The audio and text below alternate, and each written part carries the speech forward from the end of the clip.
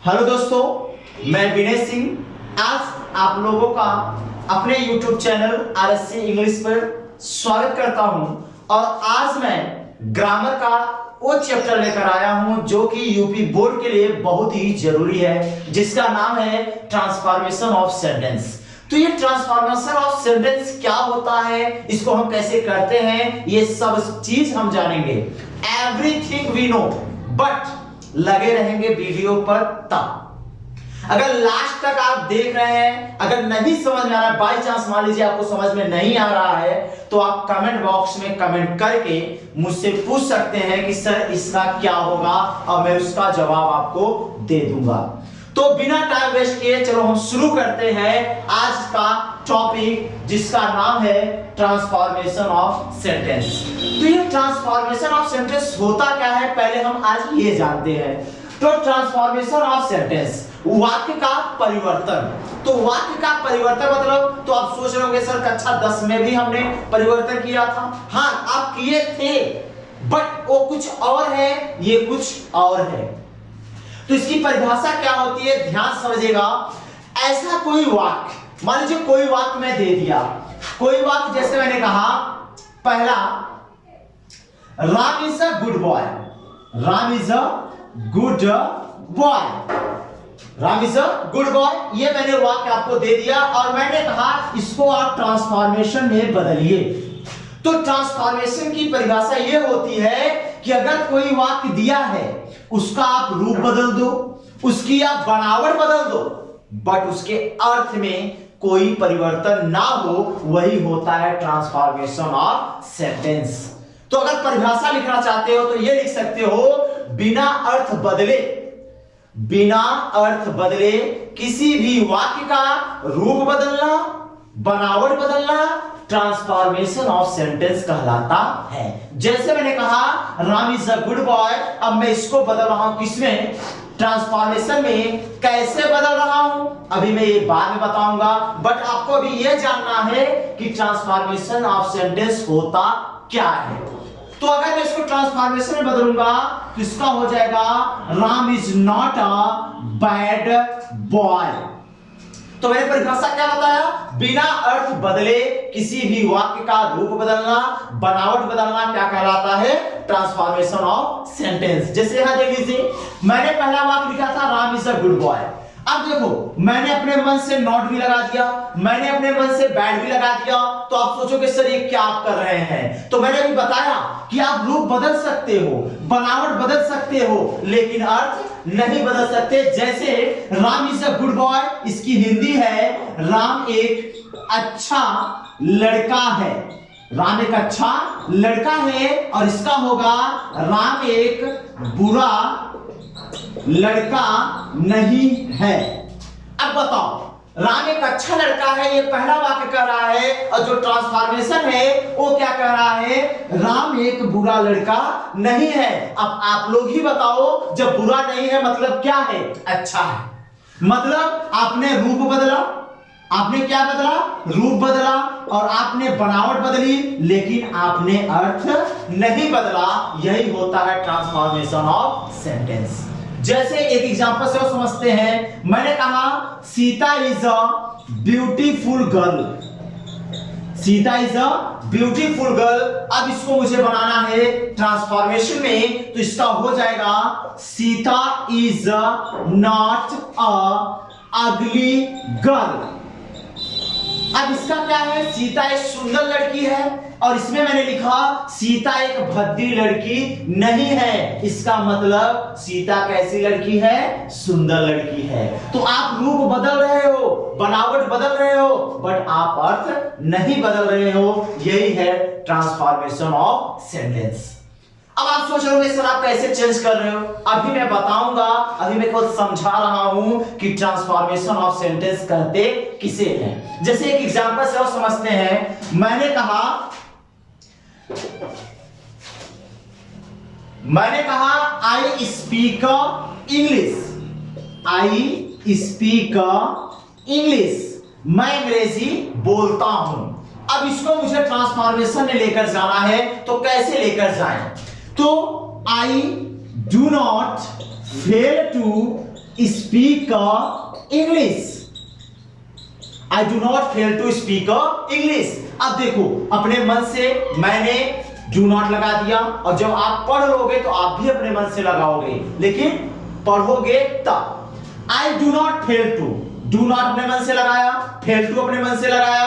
अब देखो, ऊपर वाला कह रहा है मैं अंग्रेजी बोलता हूं, तो नीचे वाला भी वही बात कर रहा है, लेकिन इसका जो बनावट है, जो इसका रूप है, वो बदल गया है। क्या कर रहा है? I do not fail to speak English, मैं अंग्रेजी बोलने में सफल नहीं हूं। अब आप ही बताइए, जब मैं अंग्रेजी बोलने में सफल नहीं हूं, मतलब मैं अंग्रेजी बोलता हूं। यही है आपका transformation of sentence. I think समझ गए होंगे।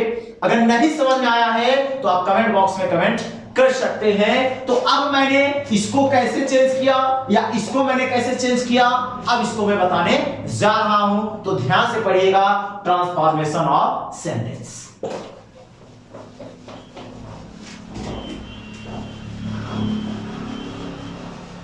जैसे इसके दो नियम हैं। पहला, अगर मान लीजिए कि आपका जो वाक्य बोला गया है उसमें एडजेक्टिव का प्रयोग किया गया है। किसका? एडजेक्टिव। एडजेक्टिव मींस होता है विशेषण। An adjective is the word which modifies noun और प्रोनाउन। मतलब जो नाउन और प्रोनाउन की क्या बताए, विशेषता बताए, उसे क्या कहते हैं? एडजेक्टिव। तो मान लीजिए कि जो वाक्य बोला गया है उसमें एडजेक्टिव आया है। क्या आया है? एडजेक्टिव। तो उसको हमें बनाना है किसमें? ट्रांसफॉर्मेशन में। तो दो चीजों पर आपको ध्यान देना है जब एडजेक्टिव आए तब। पहला, कि अगर बोला हुआ वाक्य पॉजिटिव में है, किसमें है? पॉजिटिव सेंटेंस में, तो आपका पहला काम होना चाहिए कि उसको आप चेंज कर दो किसमें? निगेटिव में। किसमें? निगेटिव में। अगर ऐसे नहीं समझ में आया तो ऐसे समझो कि अगर जो वाक्य मैंने बोला है उसमें नॉट का प्रयोग मैंने नहीं किया है, तो ट्रांसफॉर्मेशन बनाते समय पहले तो आप नॉट का ही प्रयोग करेंगे। या जो वाक्य मैंने बोला है उसमें मैंने नॉट का प्रयोग किया है, तो आप नॉट का प्रयोग नहीं करेंगे। मतलब बोला हुआ वाक्य अगर पॉजिटिव में है तो निगेटिव बनाएंगे, अगर बोला हुआ वाक्य निगेटिव है तो हम पॉजिटिव में बनाएंगे। ये पहला नियम है। दूसरा नियम यह कहता है कि जो एडजेक्टिव बोला गया है, जो एडजेक्टिव बोला गया है उसका जब भी हम लिखेंगे तो उसका अपोजिट लिखेंगे। अपोजिट माने उल्टा। जब भी लिखेंगे उसका उल्टा।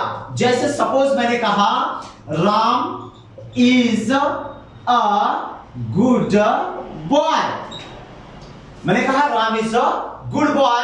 अब इसको मुझे बनाना है ट्रांसफॉर्मेशन में। तो देखते हैं, तो बोला हुआ वाक्य देखो किसमें है? पॉजिटिव में। तो आपका पहला काम क्या है कि किसमें बनाओ? निगेटिव में। तो पहले निगेटिव बनाते हैं। तो राम की जगह राम ही लिखेंगे, इस की जगह इज ही लिखेंगे।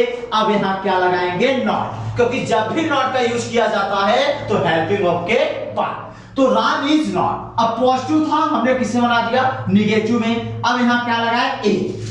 अब ये जो गुड है, अच्छा गुड क्या है? एडजेक्टिव है। और मैंने दूसरा नियम क्या बताया कि जो एडजेक्टिव बोला जाएगा उसका हमको क्या लिखना है? अपोजिट। तो बताओ, गुड माने अच्छा और गुड का अपोजिट बैड। बैड माने बुरा। तो हमें यहां क्या यूज करना है? Bad boy. ये हो गया आपका ट्रांसफॉर्मेशन ऑफ सेंटेंस। क्या कह रहा है? राम एक अच्छा लड़का है, और यहां कह रहा है राम एक बुरा लड़का नहीं है। यही है आपका क्या? Transformation of sentence. जैसे एक एग्जांपल से आई एम सॉरी निगेटिव देखते हैं। I am not a tall boy. I am not a tall boy. मैं लंबा लड़का नहीं हूं। अब इसका मुझे ट्रांसफॉर्मेशन बनाना है। तो चलो देखते हैं।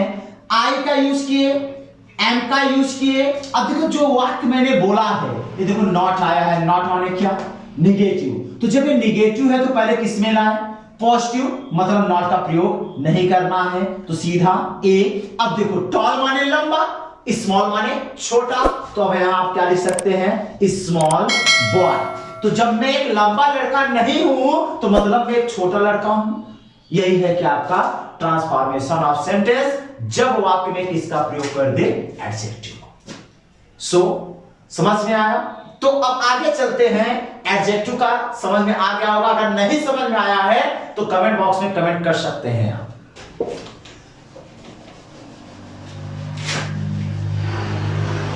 अब दूसरा यूज क्या है कि दूसरा जो यूज है वो है वर्ब।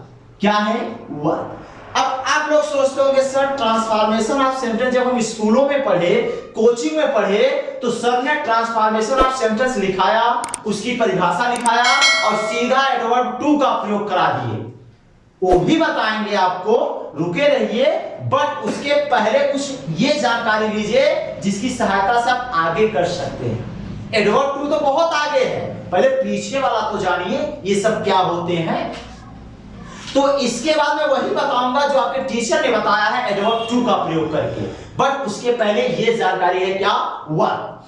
अब मान लीजिए ट्रांसफॉर्मेशन में वर्ब का प्रयोग किया है। किसका? वर्ब का। मान लीजिए पहला नियम, पॉजिटिव में बोला जा रहा है तो आपको पता है किसमें करना है? निगेटिव में।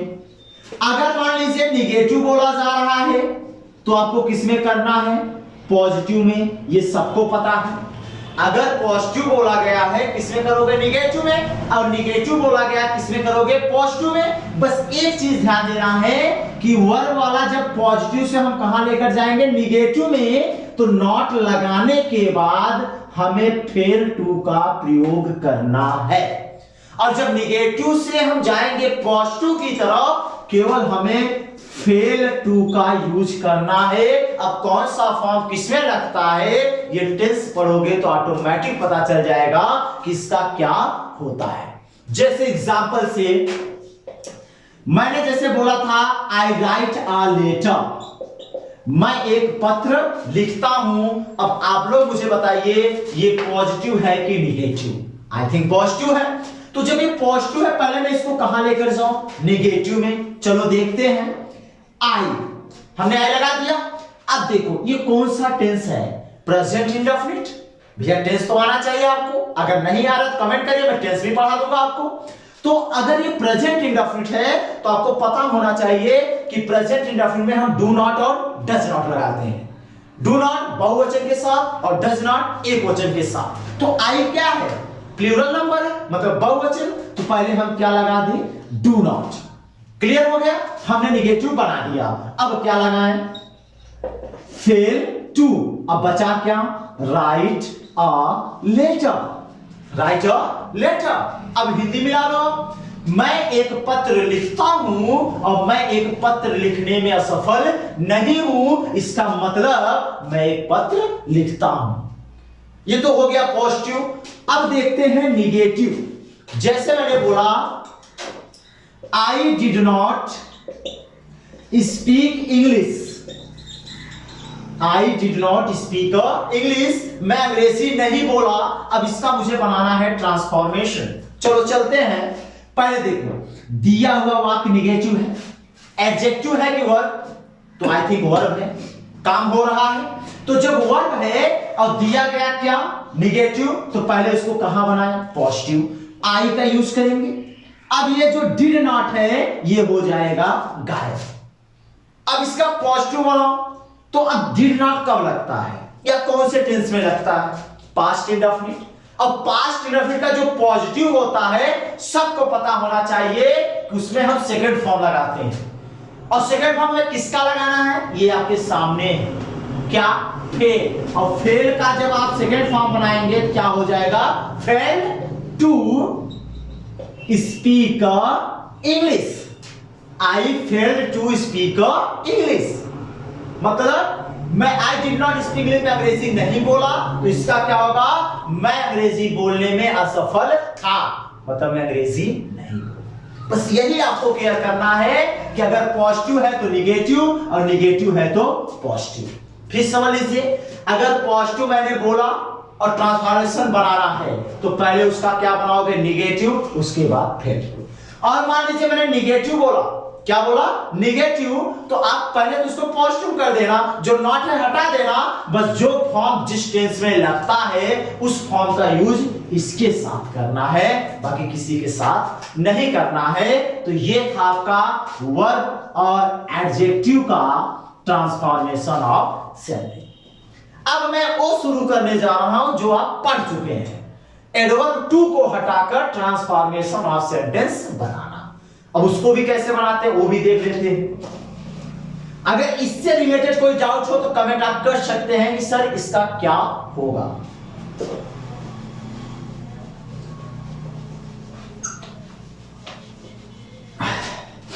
अब देखते हैं जो आपका बुक में पहला नियम दिया है, क्या एडवर्ब टू को हटाकर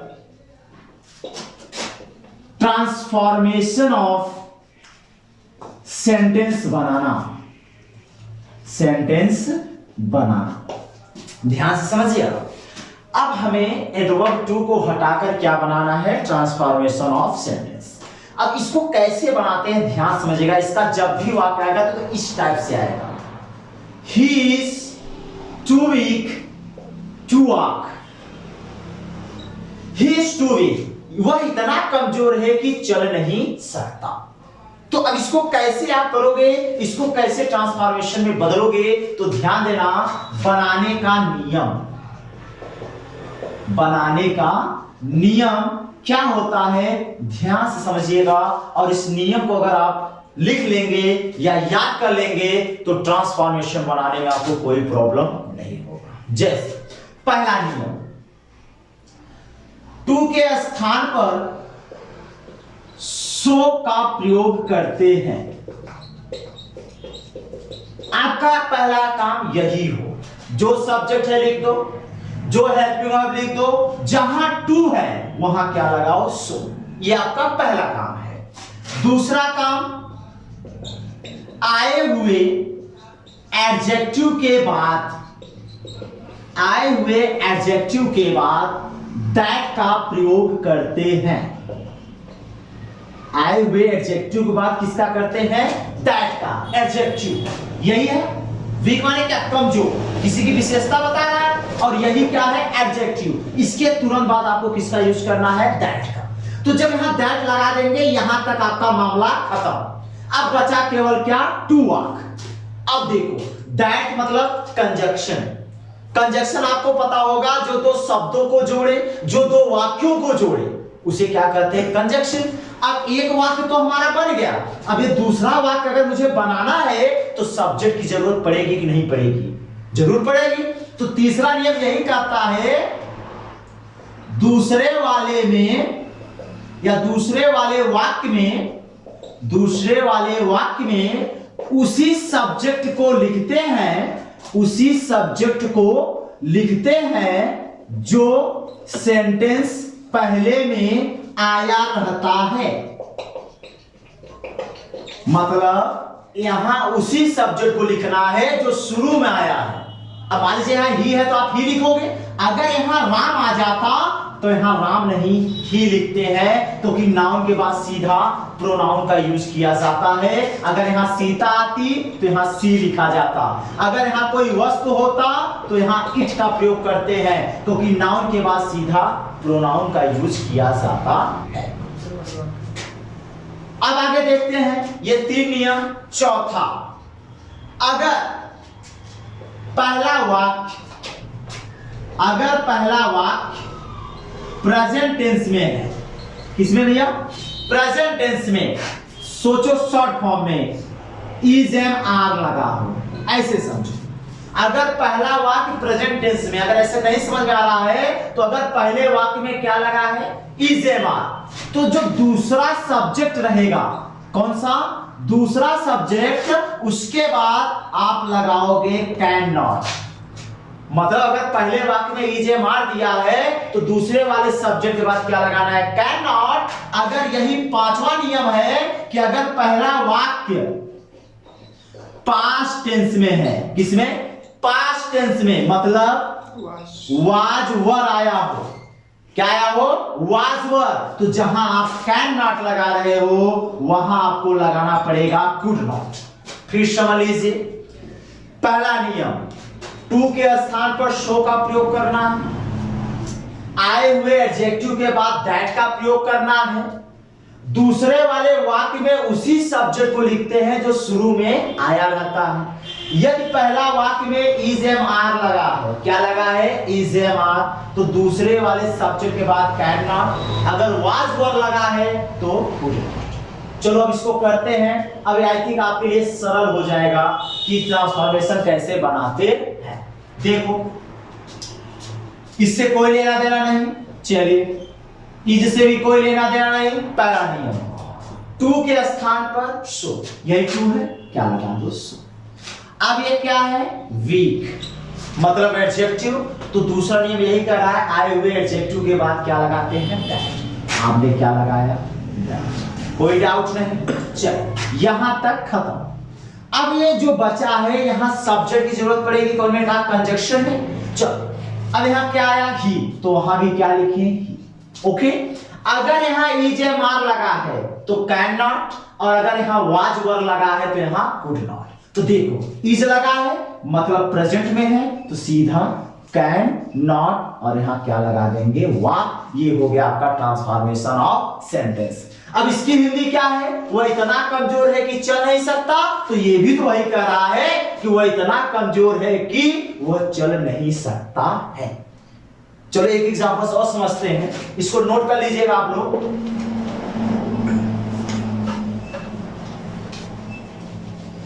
को समझो, समझने से बहुत अच्छे से आप करोगे। एक एग्जांपल से आओ, जैसे you are too fat to sit, कह रहा है यू आर टू फैट, तुम इतने मोटे हो टू सिट, बैठ नहीं सकते।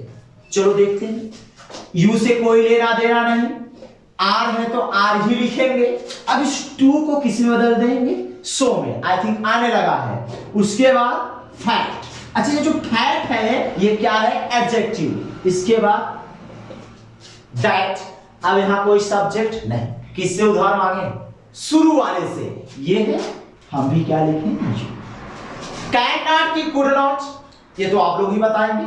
देखो आर लगा है तो कैन नॉट, अगर यही वर लगा होता तो आई थिंक कुड नॉट। तो जब इज एम आर लगा है तो सीधा हम क्या लिखें, कैन नॉट, और उसके बाद से। ये था आपका एडवर्ब टू को हटाकर ट्रांसफॉर्मेशन ऑफ सेंटेंस बनाना। अगर ऐसी वीडियो आपको अच्छी लग रही है और ऐसा वीडियो आप पाना चाहते हो तो मेरे चैनल पे बने रहिए, रेगुलर ऐसी वीडियो आपको मिलेगा। और जितने भी डाउट हैं ग्रामर में, मैं प्रॉमिस करता हूं कि हर एक डाउट क्लियर हो जाएगा। बस इतना ही कहूंगा, बस आज के लिए इतना ही। Thank you.